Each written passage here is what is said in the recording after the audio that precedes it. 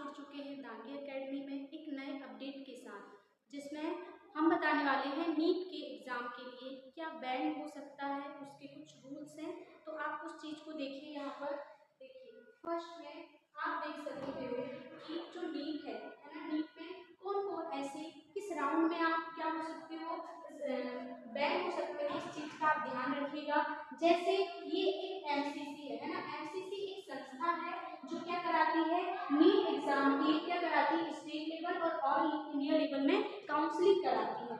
उसमें हमको MBBS BDS इन course को करने के लिए ये हमारी काउंसलिंग कराती है। यदि हम स्टे राउंड में क्या कर गए, हमने स्टे राउंड में काउंसलिंग कराया और हमको कॉलेज अलॉट हो गया है ना, कॉलेज अलॉट हो गया, लेकिन हमने जब कॉलेज अलॉट कर लिया और हम सोच रहे हैं कि नहीं, अब हमने ये कॉलेज तो ले लिया, लेकिन हम चाहते हैं कि हम अब दूसरे इस ईयर में हम कोई और कोर्स लेके हम न्यू एडमिशन लें। तो ऐसे समय में क्या होगा, आप 2025 में जैसे ही कॉलेज छोड़ोगे तो क्या होगा, आप नेक्स्ट ईयर के लिए क्या कहला जाओगे, बैन कर दिए जाओगे। तो इस चीज का आप विशेष ध्यान रखना है ना, आपको प्रतिबंधित कर दिया जा सकता है। इसलिए यदि आप स्टे राउंड में यदि कोई कॉलेज अलॉट होता है आपको, तो इस चीज का ध्यान रखना है कि आपको उससे लीव नहीं लेना है।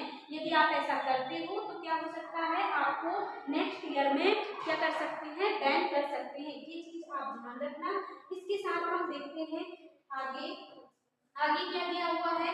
फिर यदि उसी के साथ जैसे आप, और सेकंड रूल क्या है, फर्स्ट रूल तो ये है कि यदि आप किसी में लेते हो है ना, एडमिशन लेते हो कोई कॉलेज में, तो आप उसमें यदि उससे लीव लेना चाहो तो क्या कर सकते हो कि वहां पर से आपको बैन किया जा सकता है। लेकिन यदि आप किसी स्टे राउंड के थ्रू, यदि आपने ऑल इंडिया में काउंसलिंग करा लिया है और अब आप चाहते हो कि मैं कहाँ चले जाऊँ, स्टेट लेवल में जाके कोई कॉलेज में एडमिशन ले लूँ, ऐसा यदि आपका है, ऐसा कोई मंशा है, तो आप क्या कर सकते हो, यहाँ पर से भी बैन कर सकते किया जा सकता है, वो भी स्टे राउंड में ये बैन हो सकता है। तो इस चीज का विशेष ध्यान देना, ठीक है।